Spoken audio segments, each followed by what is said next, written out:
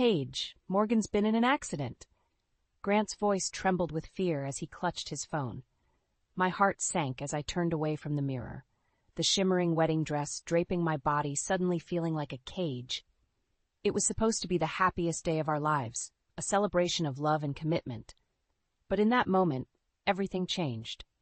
Grant's sister, Morgan, had been rushed to the hospital, and the news shattered the joyful anticipation that had filled my bohemian-styled apartment just moments earlier. As Grant hung up the call, his expression morphed from panic to a haunting determination. "I need to go to her," he said, his words laced with an urgency that sent a chill down my spine. I searched his eyes for reassurance, but all I found was a deep, unsettling void. "But the wedding?" I stammered, grasping at the threads of our once-perfect plan. Grant's jaw clenched as he shook his head. "I'm sorry, Paige. I have to be there for Morgan. We'll have to postpone everything." With those words, he turned and rushed out the door, leaving me standing amidst the delicate lace and satin, tears welling in my eyes. It was as if the universe itself had conspired to unravel the dream we had so carefully woven. As the hours ticked by, with no word from Grant, a gnawing suspicion began to take root. His behavior had been changing over the past few weeks, his attention constantly drawn to Morgan's well-being, even during our most intimate moments. Desperate for answers, I reached for my phone and dialed Kevin, my best friend and boss, at the vinyl record store where I worked. "Kev, something's not right," I confided, my voice trembling with uncertainty. Kevin's calming presence offered solace, but it couldn't quell the nagging feeling that Grant's sudden departure was more than just a family emergency. Little did I know this was only the beginning of a whirlwind of betrayal and deceit that would test the very limits of my resilience. The days after Grant's abrupt departure blurred together in a haze of confusion and heartache. I tried to lose myself in the rhythmic melodies of the vinyl records at work, but Kevin's concerned glances only magnified the doubts gnawing at my soul. "He's been acting strange lately," I confided in Kevin one afternoon, my fingers tracing the grooves of a well-worn album cover. "It's like he's a completely different person." Kevin's brow furrowed as he leaned against the counter. "Have you tried talking to him about it?" I shook my head, my lips pressed into a tight line. "Every time I bring it up, he brushes me off or changes the subject." As the weeks passed, Grant's behavior grew increasingly erratic. He would come home late, his eyes glazed over, and his phone constantly buzzing with messages he refused to share. The once loving fiancé I had adored was slowly slipping away, replaced by a stranger consumed by a dark obsession with his sister's well-being. One night, as Grant tossed and turned beside me, his phone lit up with a flurry of notifications. Against my better judgment, I reached for it, my heart pounding in my chest. What I saw made my blood run cold, a string of intimate messages between Grant and a woman named Alicia. Who's she talking about? Alicia's message read, "Your sister or your fiancé?" Grant's reply was swift and chilling. "Both. They're both wrapped around my finger." I recoiled in horror, my mind racing with 1,000 unanswered questions. Was Grant having an affair? Was Morgan involved in some twisted way? The certainty I had once felt about our relationship crumbled like a house of cards. In the days that followed, I became consumed by a burning desire to uncover the truth. I scoured Grant's emails and bank statements, piecing together a trail of financial discrepancies, lavish gifts, secret purchases, and unexplained wire transfers. "He's been playing us both," I confessed to Kevin, my voice trembling with a mixture of anger and betrayal. "I need to stop him before he ruins everything." Kevin's eyes widened, but he nodded solemnly. "Whatever you need, I'm here for you." With Kevin's support, I began to collect evidence, screenshots, receipts, and damning messages, building a case against Grant's deceit. Each new discovery fueled the fire within me, transforming my pain into a burning determination for revenge. As the wedding date loomed closer, Grant's behavior became increasingly unhinged. He would disappear for hours, only to return with flimsy excuses and a haunted look in his eyes. It was as if he were a puppet, dancing to the tune of some unseen force. Finally, the night before our wedding, Grant announced he had to meet a business associate for an urgent matter. I knew in my gut that this was no ordinary meeting. Without hesitation, I followed him, tracking his movements through the city until he arrived at a secluded hotel. And there, in the dimly lit parking lot, I witnessed the ultimate betrayal. Grant embracing Alicia, whispering promises of a future together, away from the lies and deception that had consumed our lives. As I watched them from the shadows, a cold resolve washed over me. Grant had sealed his fate, and now it was my turn to make him pay. In the aftermath of witnessing Grant's ultimate betrayal, a fire ignited within me, fueling my determination to unravel the twisted web of deceit he had woven. No longer would I be the naive, trusting fiancé blinded by love. It was time to fight back. The next morning, as Grant emerged from the bedroom, his hair disheveled and his eyes heavy with guilt, I confronted him head-on. "So how was your business meeting last night?" I spat, my words laced with venom. Grant froze, his face drained of color. "Paige, I can explain." "Save it," I cut him off, my hands trembling with rage. "I saw you with Alicia. How long has this been going on?" For a moment, Grant remained silent, his gaze fixed on the floor. Then, with a resigned sigh, he lifted his eyes to meet mine. "Longer than you think." As the sordid details spilled from his lips, a sickening realization dawned upon me. Alicia had been manipulating both Grant and his sister, Morgan, for years. She had wormed her way into their lives, exploiting their vulnerabilities and driving a wedge between them, all for her own twisted gain. "She's been playing us all," Grant admitted, his voice thick with shame. I was too blind to see it. But as the truth unraveled, it became clear that Grant's hands were far from clean. He had been funneling money to Alicia, showering her with expensive gifts and indulging her every whim, all while lying to me about our financial situation. "How could you do this to me?" I cried, hot tears streaming down my cheeks. "After everything we've been through together?" Grant's shoulders slumped, his eyes filled with remorse. "I'm sorry, Paige. I never meant for it to go this far." But his apologies rang hollow, a feeble attempt to assuage the pain he had inflicted. In that moment, I realized that the man I had once loved was nothing more than a shadow, a puppet dancing to Alicia's twisted tune. As the days ticked by, the wedding preparations continued, a cruel charade that only served to fuel my simmering rage. Grant tried to make amends, offering empty promises and half-hearted gestures, but I had seen the truth in his actions, and there was no turning back. "You need to cancel everything," I told him one night, my voice steely with resolve. "This wedding is a lie, and I won't be a part of it."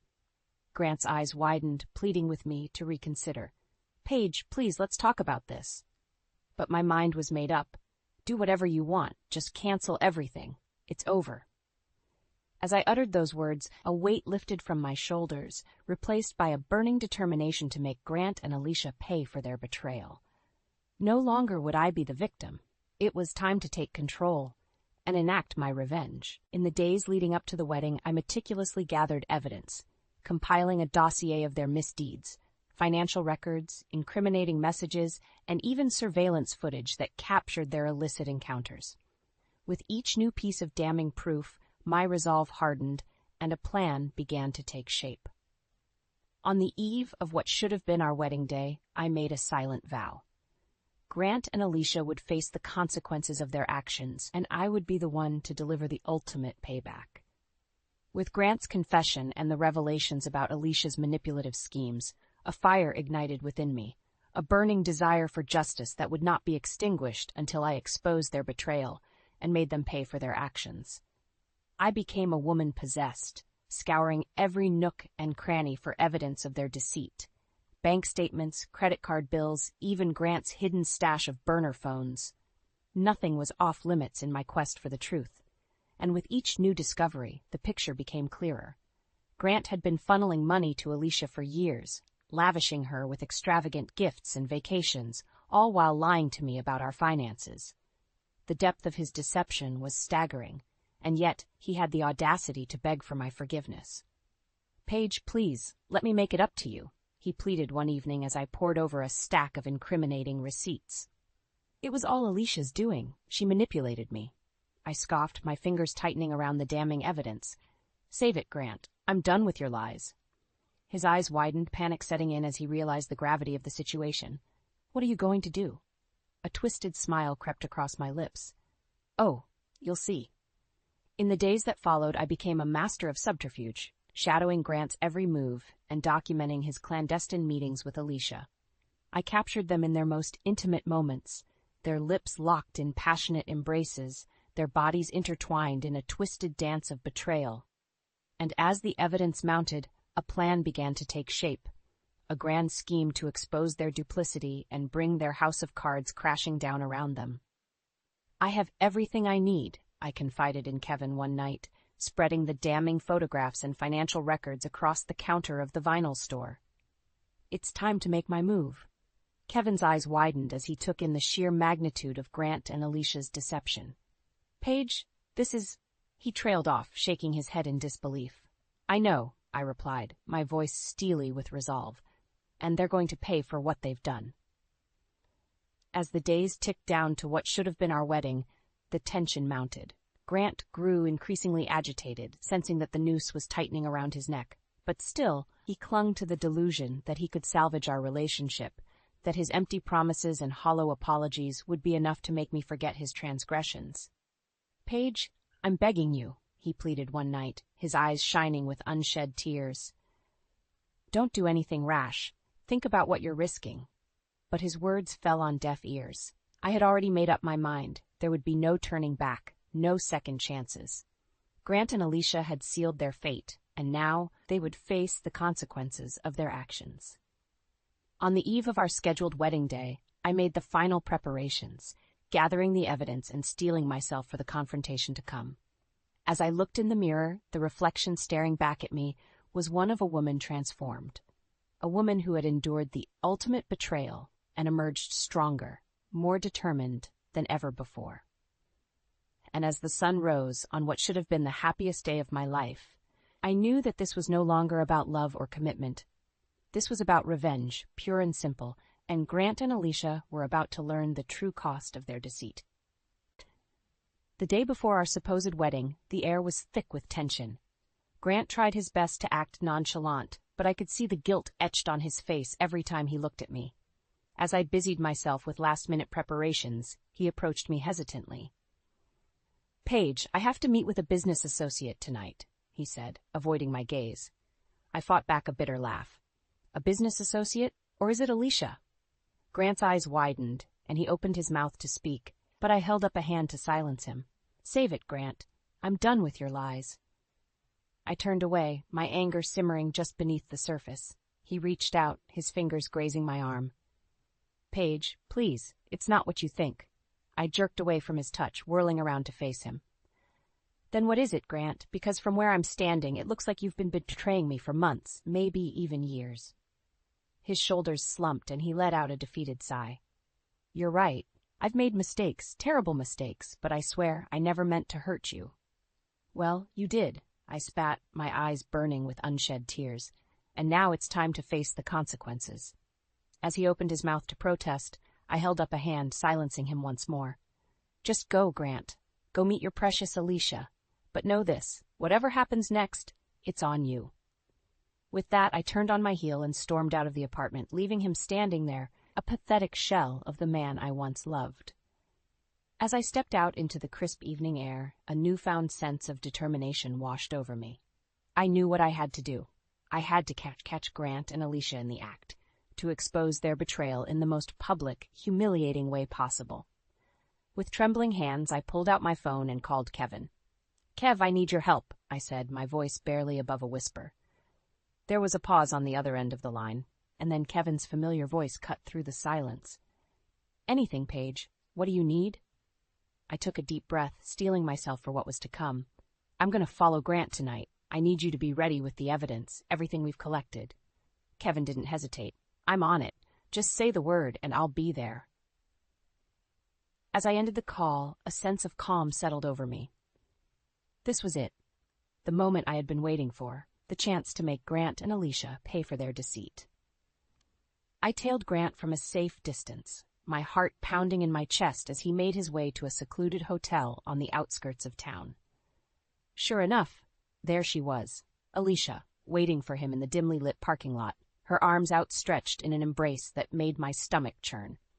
I watched, my fingers tightening around my phone, as they disappeared into the hotel, their laughter echoing through the night like a twisted mockery of the love we once shared. And in that moment, I knew what I had to do. With a few taps on my screen, I sent a message to Kevin, the weight of my decision settling heavily on my shoulders. It's time. Bring everything you've got. We're going to stop this wedding once and for all. The grand wedding venue was a vision of elegance, with delicate flower arrangements adorning every surface and soft music filling the air. But as I stood there, surrounded by the trappings of what should have been the happiest day of my life, all I could feel was a burning rage. Grant fidgeted nervously beside me, his face pale and his hands trembling. "Paige, please," he whispered, his voice strained. "Let's just call this whole thing off. We can start over, I swear." I turned to him, my eyes blazing with fury. "Start over?" I scoffed. "After everything you've done? After all the lies and betrayal?" He opened his mouth to respond, but I held up a hand, silencing him. In that moment, the sounds of the arriving guests faded into the background, and all I could hear was the pounding of my own heart. As the ceremony began, I stood there, frozen in place, my mind racing with 1,000 different emotions. Part of me wanted to run, to flee from this twisted charade and leave Grant and his web of deceit behind.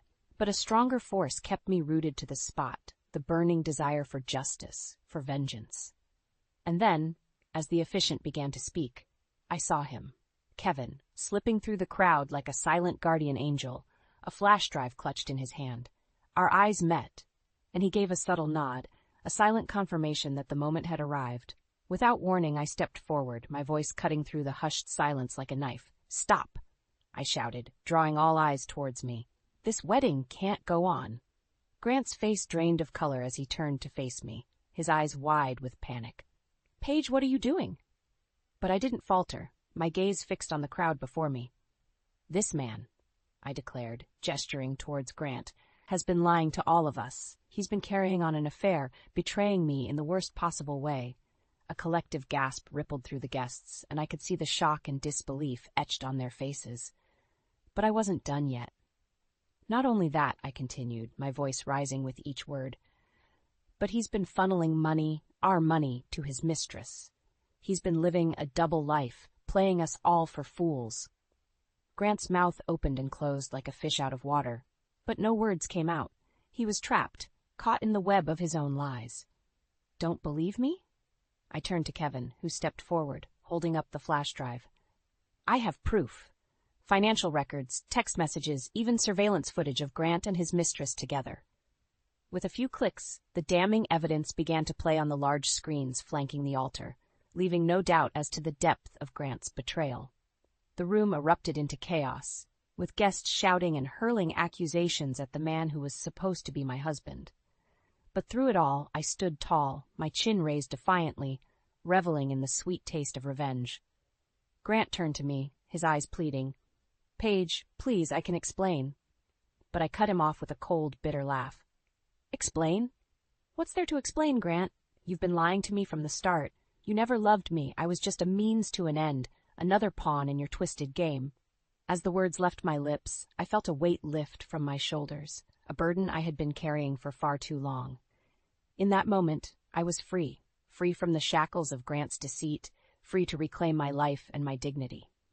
And as the guests began to disperse, murmuring their disbelief and disgust, I turned to Grant one last time, my eyes alight with a newfound strength. "It's over," I said, my voice unwavering. "You've lost everything, your money, your reputation, and any chance you ever had at happiness with me. This is the end, Grant. The end of your lies and the beginning of my new life." With those words, I turned and walked away, leaving Grant standing alone in the ruins of his own making, a broken man brought to his knees by the weight of his own betrayal. In the aftermath of the disastrous wedding, the world seemed to shift on its axis. As the dust settled and the initial shock wore off, a new reality began to take shape. One where Grant's web of lies lay in tatters, exposed for all to see. I retreated to the safety of my family home, seeking solace in the warm embrace of my parents.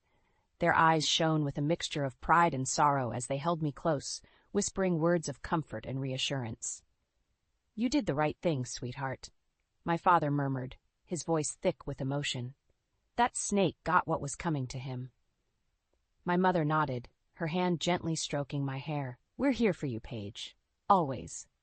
Their unwavering support was a balm to my wounded soul, a reminder that even in the darkest of times, love and family could prevail.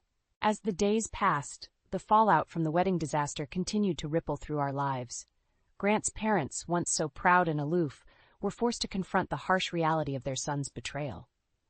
I'll never forget the look on his mother's face when she showed up at my doorstep, her usual composure cracked, and her eyes rimmed with tears. "Paige," she choked out, her voice trembling. "I'm so sorry. We had no idea." I stood there, uncertain of how to respond. This was the woman who had once looked down on me, who had deemed me unworthy of her precious son, and yet, in that moment, all I could see was a broken mother, her world shattered by the actions of the child she had trusted. "He's lost everything," she continued, her words tumbling out in a torrent of grief. His job, his money, his future, all because of that wretched woman he was seeing. I nodded, my own anger simmering just beneath the surface. "Alicia." I spat out the name like a curse. She was the one pulling the strings all along. Mrs. Grant's eyes widened, and she clutched at my arm, her nails digging into my skin. "You know about her? Tell me everything, Paige. I need to know the truth." And so I did. I laid it all out, the financial records, the incriminating text messages, the sordid details of Grant and Alicia's twisted affair. With each new revelation, Mrs. Grant's face grew paler, her carefully cultivated poise crumbling into dust. By the time I finished, she was a shell of her former self, her eyes hollow and her shoulders slumped in defeat. "My son," she whispered, her voice barely audible. "What have I done to deserve this?" In that moment, I felt a pang of pity for this once formidable woman. She had been betrayed, not just by her son, but by the very foundations of the life she had built. But pity quickly gave way to resolve as I turned my attention to the next phase of my plan. With Grant's life in ruins and his family reeling from the fallout, it was time to deal with the true architect of this tragedy, Alicia. I tracked her down to a seedy motel on the outskirts of town. Her once polished veneer cracked and faded. When she opened the door and saw me standing there, her eyes widened with a mixture of fear and defiance. "Well, well," she sneered, her lips curling into a twisted smirk. "If it isn't the jilted bride herself." I didn't flinch, my gaze steady and unwavering. "It's over, Alicia. Your little game is up." She scoffed, tossing her head back in a mockery of nonchalance. "Game? I don't know what you're talking about." But I wasn't buying her act. Not anymore. With a flick of my wrist, I produced the damning evidence, a trail of financial records and incriminating photos that left no room for doubt. Alicia's bravado faltered as she flipped through the pages, her eyes growing wider with each passing moment. "How?" she stammered, her voice catching in her throat. "It doesn't matter how," I cut her off, my voice cold and unyielding. "What matters is that you're finished. You've lost your hold over Grant, and now you're nothing but a pathetic, broken shell of a woman." For a moment she stared at me, her eyes burning with a mixture of rage and fear. Then, without warning, she crumpled to the floor, her body racked with sobs. "You don't understand," she wailed, her words punctuated by ragged gasps. "I had to do it. He was my only chance at a better life." I felt a twinge of pity, but it was quickly overwhelmed by a wave of disgust. This woman had torn my life apart, all in pursuit of her own selfish desires. "Save it," I spat, turning my back on her pitiful form. "You made your choices, and now you have to live with the consequences." As I walked away, I could hear her cries echoing down the dingy hallway, a haunting reminder of the depths to which some people will sink in pursuit of their twisted ambitions. But I didn't look back. Not this time. My path lay ahead, a road paved with the ashes of Grant and Alicia's deceit, and I was determined to forge a new life from the rubble of their betrayal. In the weeks that followed my confrontation with Alicia, a strange sense of calm washed over me. It was as if a weight had been lifted. A burden I had been carrying for far too long finally cast aside. As I wandered the familiar streets of my hometown, I found myself drawn to the places that had once brought me solace. The cozy vinyl store where I had spent countless hours losing myself in the rhythmic grooves of old records. The quaint coffee shop where Kevin and I would swap stories and dreams. It was in these places that I began to find myself again, to rediscover the parts of me that had been buried beneath the debris of Grant and Alicia's betrayal. Kevin was there, as he had always been, a steadfast presence in my life. We would sit for hours, sipping our drinks and discussing the events that had turned our world upside down. "I still can't believe it," he would say, shaking his head in disbelief. "How could he do that to you?" I would simply shrug, the anger that had once consumed me replaced by a weary acceptance. "It doesn't matter now," I would reply. "He's the one who has to live with the consequences of his actions." And indeed, the consequences for Grant were swift and severe. His once promising career lay in tatters, his financial empire crumbling under the weight of his deception. Even his own family had turned their backs on him, unable to reconcile the man they thought they knew with the monster he had become. As for Alicia, she had simply vanished. Her grand schemes and manipulations reduced to nothing more than a cautionary tale of greed and hubris. In the midst of it all, I found solace in the familiar rhythm of my life, the comforting melodies of the vinyl store, the warmth of my parents' embrace, the unwavering support of friends like Kevin. It was in these moments that I realized the true strength of the bonds that had been forged through this ordeal. While Grant and Alicia had sought to tear me down, to strip me of my dignity and self-worth, they had ultimately failed. For, in their wake, I had discovered a resilience within myself that I never knew existed. A determination to rise above the ashes of their betrayal and forge a new path, one that was true to my own desires and ambitions. And so, with a newfound sense of purpose, I set about rebuilding my life. I poured my heart and soul into the vinyl store, curating a collection that celebrated the raw emotions and unvarnished truth that had been so lacking in my relationship with Grant. Slowly but surely, the store became a sanctuary, a gathering place for kindred spirits who sought refuge in the timeless melodies of bygone eras. And through it all, Kevin was by my side, a constant source of support and encouragement. "You're doing amazing things, Paige," he would say, his eyes shining with pride. "This place, it's a reflection of who you really are." And he was right. In the process of rebuilding, I had rediscovered the parts of myself that had been lost: the dreamer, the artist, the seeker of truth and beauty. As the months passed, I found myself letting go of the anger and bitterness that had once consumed me. In their place, a newfound sense of peace took root, a quiet understanding that the path ahead was mine to forge, free from the shackles of Grant and Alicia's deceit. And in those quiet moments, as the warm crackle of vinyl filled the air and the familiar melodies washed over me, I would smile to myself, secure in the knowledge that I had emerged from the ashes of betrayal, stronger and more resilient than ever before. For in the end, it was not Grant or Alicia who had triumphed, but the indomitable human spirit, the ability to rise above the darkness and forge a new path, one step at a time, towards the light of a brighter tomorrow. The moonlight spilled across the room, casting a serene glow on what should have been a peaceful honeymoon suite. But the tranquility was a facade, shattered by hushed voices that sliced through the stillness and into my heart. Ethan's words, laced with deceit, were like venom. "She's asleep. It's a real shame it's not you I'm marrying, Natalie." I lay still, my heart pounding in my chest.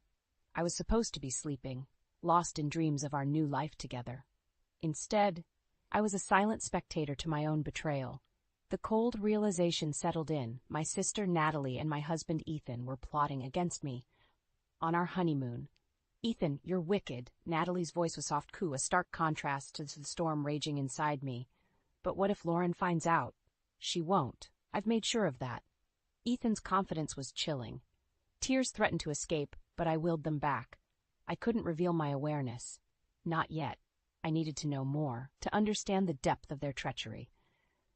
As their whispers faded into the night, my mind raced.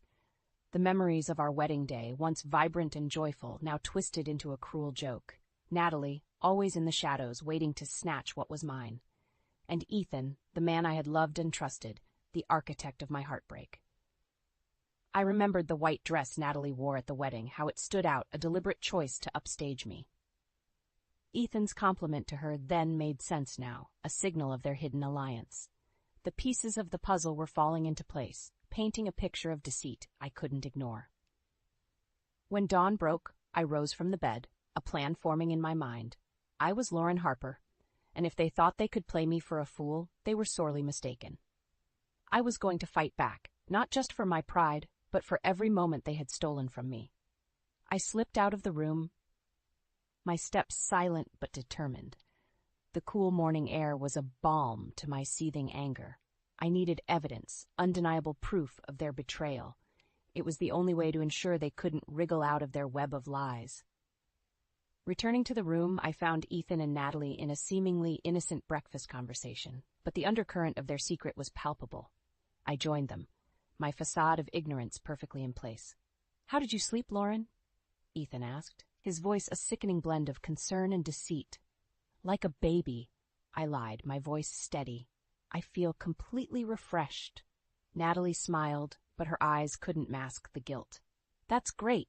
Today's going to be amazing." Yes, it would be, but not in the way they expected. The morning sun glared through the windows, a stark contrast to the turmoil brewing within me. As Ethan and Natalie chatted about the day's plans, my mind wandered back to the wedding, the day when the seeds of deception were sown. The memory of Natalie in her white dress at my wedding was vivid, an intentional act of defiance against unwritten social rules. The dress wasn't just an outfit choice, it was a statement, a silent declaration of her intentions. Ethan had complimented her, "That flowy dress suits your petite frame." His words, once innocuous, now echoed with hidden meaning. I remembered feeling a twinge of unease then, quickly dismissed as wedding day jitters. But it was more than that. It was my intuition sensing the undercurrents of betrayal. The way Ethan's eyes lingered on Natalie, the stolen glances they thought I hadn't noticed. Our honeymoon in Bali was supposed to be an escape, a celebration of our love. Yet here I was, trapped in a nightmare of my own making. The realization that Natalie had followed us here was like a punch to the gut.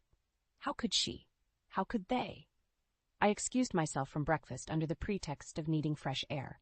Alone on the balcony, I allowed myself a moment of vulnerability. The tears came then, hot and unrelenting, but with each tear shed my resolve hardened. I wiped my face, my tears not a sign of weakness, but fuel for the fire of revenge burning within me. Back in our room, I began my plan. I needed evidence, something concrete to expose them. I rummaged through Ethan's belongings when he was in the shower, looking for any proof of their affair. Then, in his coat pocket, I found it. A small piece of jewelry, a locket I had never seen before, unmistakably feminine. I held the locket, a tangible piece of their deceit. It was more than enough to start my retribution. I placed it back carefully, covering my tracks. They wouldn't know I was onto them, not until I was ready to strike. The rest of the day was a blur, a performance of the happy bride while my mind plotted their downfall. Each smile, each touch from Ethan was a lie that added to the ledger of his betrayal. And Natalie, playing the role of the doting sister, was no better. As night fell and they retreated to their secret rendezvous, I lay awake. My heart was a battleground of sorrow and rage. But amidst the chaos, one thing was clear. They had underestimated me. Lauren Harper was not a victim. She was a woman scorned, and she would have her revenge. The following days in Bali were a masterclass in deception. Ethan and Natalie believed their secret safe, but I was watching, gathering the pieces of their treachery to weave their downfall. I started by accidentally leaving my phone recording in our room when I knew they'd be alone. The things they said, their words were like daggers. "Lauren's nice and all, but she's so naive," Natalie chuckled. Ethan's reply was a twist of the knife.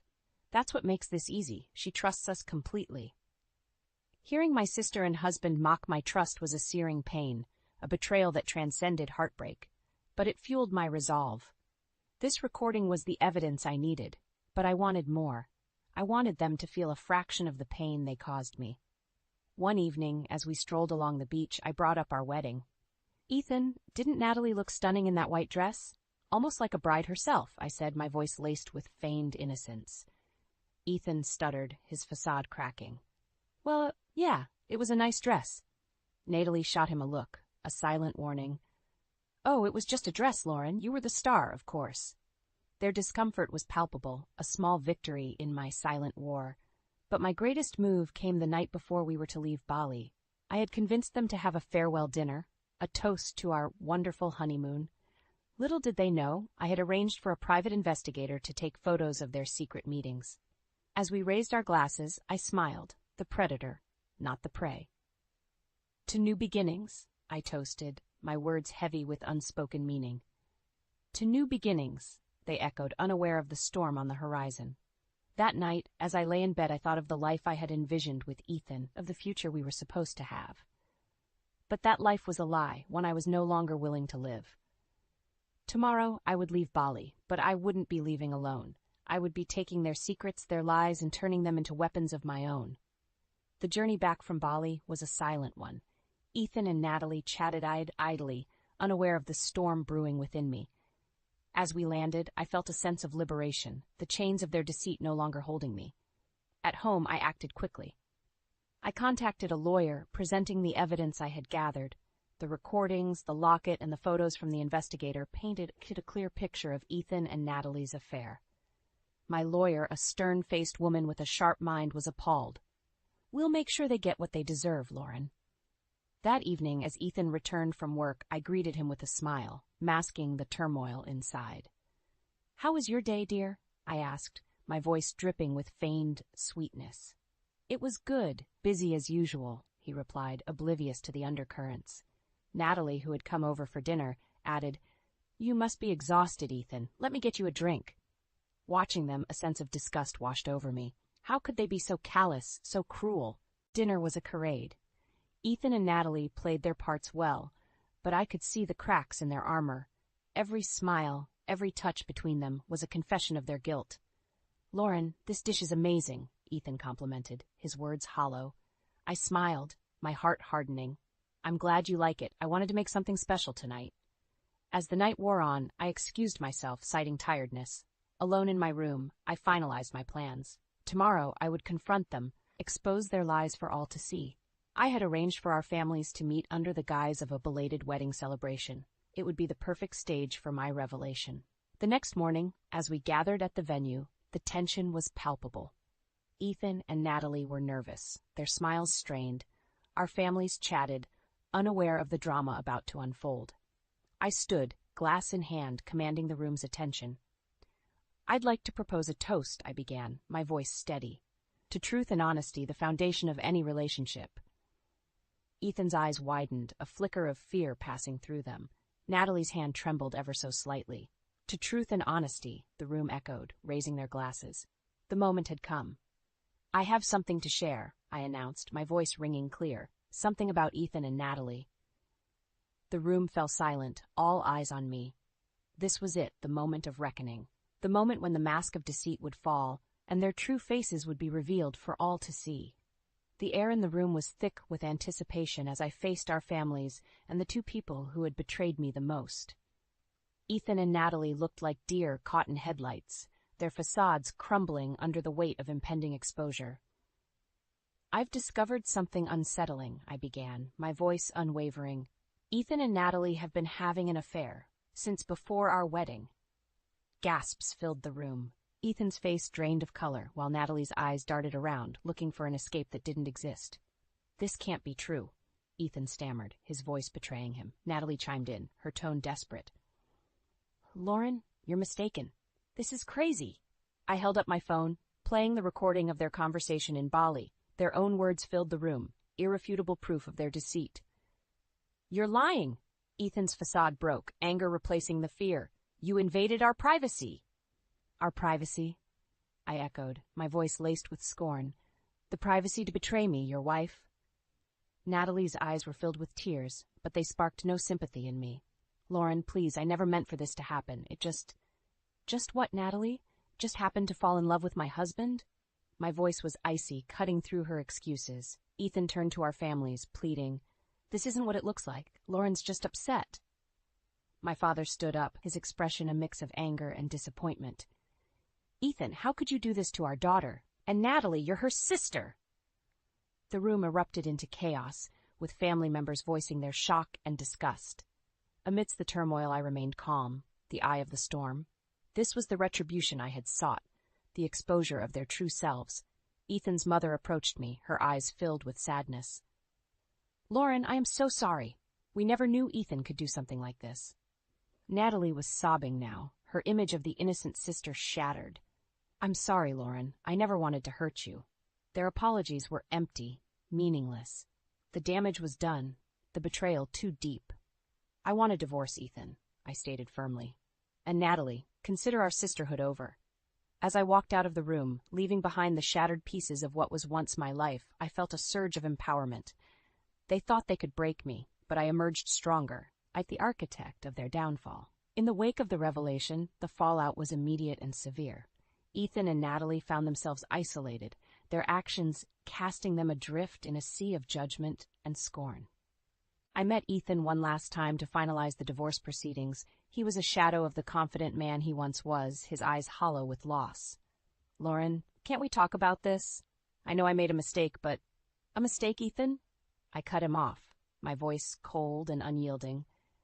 "You call an affair with my sister a mistake? There's nothing to discuss." He reached out, but I stepped back, out of his reach forever. "I never thought you'd take it this far," he said, a note of disbelief in his voice. "You never thought at all, Ethan. That was your mistake." With that, I left him standing alone, a man undone by his own actions. Natalie fared no better. Our parents, once her staunch defenders, were appalled by her behavior.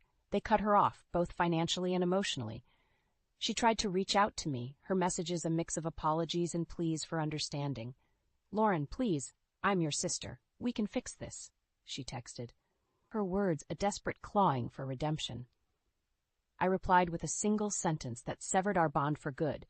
"You ceased being my sister the moment you betrayed me." The community around us was unforgiving. Ethan's career suffered as his reputation crumbled.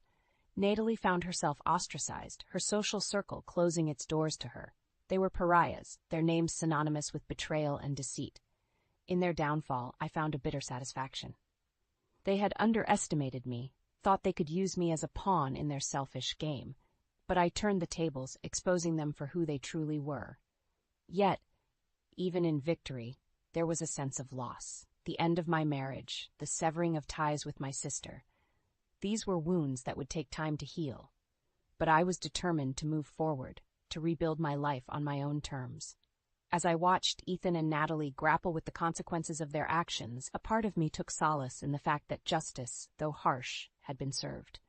They received the karmic retribution they deserved, a fitting end to their sordid tale. The weeks following the confrontation were a time of introspection and rebuilding for me. I watched as Ethan and Natalie's lives unraveled, their once bright futures dimmed by the shadow of their betrayal. One afternoon, I encountered Ethan in a coffee shop. He was alone, a far cry from the confident man he once was. "Lauren," he said, his voice barely above a whisper, "I've lost everything. My job, my reputation. I never realized how much I'd lose." I looked at him, seeing the man I once loved now broken by his own doing. "You didn't just lose, Ethan. You chose. You chose this path when you decided to betray me." He looked down, the weight of his choices etched on his face. "I'm sorry, Lauren. Truly sorry. Your apologies can't undo the past, Ethan. You have to live with what you did, just like I do." Leaving Ethan in his solitude, I walked away, feeling a sense of closure. I had moved past the need for revenge. My healing wasn't about them anymore. It was about me. Natalie's fall from grace was equally stark. Ostracized and alone, she reached out to me one last time. "Lauren, I've lost my job, my friends. I have nothing. Please, can't we put this behind us?" I responded with the finality of someone who had crossed a bridge and burned it behind her. "What we had as sisters is behind us, Natalie. You made your choice, and now you live with it. I've moved on." I heard the defeat in her silence, a silence that spoke volumes. In the months that followed, I threw myself into my work and my personal growth. I discovered strengths I never knew I had, and weaknesses I was now brave enough to face. The betrayal had shattered me, but in its wake, I found the pieces of who I truly was. Reflecting on everything that had happened, I realized that the experience, as painful as it was, had taught me invaluable lessons. About trust, about resilience, and about my own worth. As I looked to the future, I felt a sense of hope. I had risen from the ashes of my old life, stronger and more self-assured. The path ahead was mine to shape, and I stepped forward with confidence, ready for whatever came next.